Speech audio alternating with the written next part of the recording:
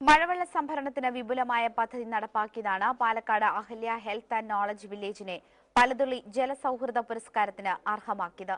32 കോടി ലിറ്റർ മഴവെള്ളം സംഭരിക്കാനുള്ള സംവിധാനമാണ് അഹല്യയ്ക്ക് നിലവിലുള്ളത്.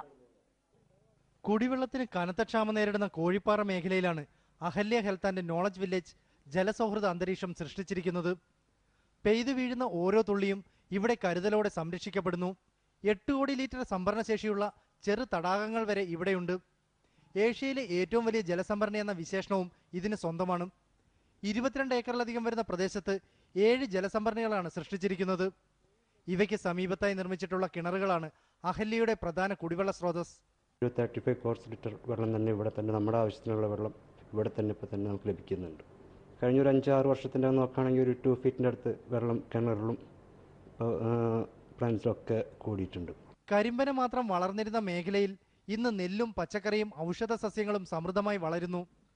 ജലസംഭരണികളുടെ സാന്നിധ്യം തന്നെയാണ് നെൽകൃഷിക്കും ഉപകാരപ്പെടുന്നത്.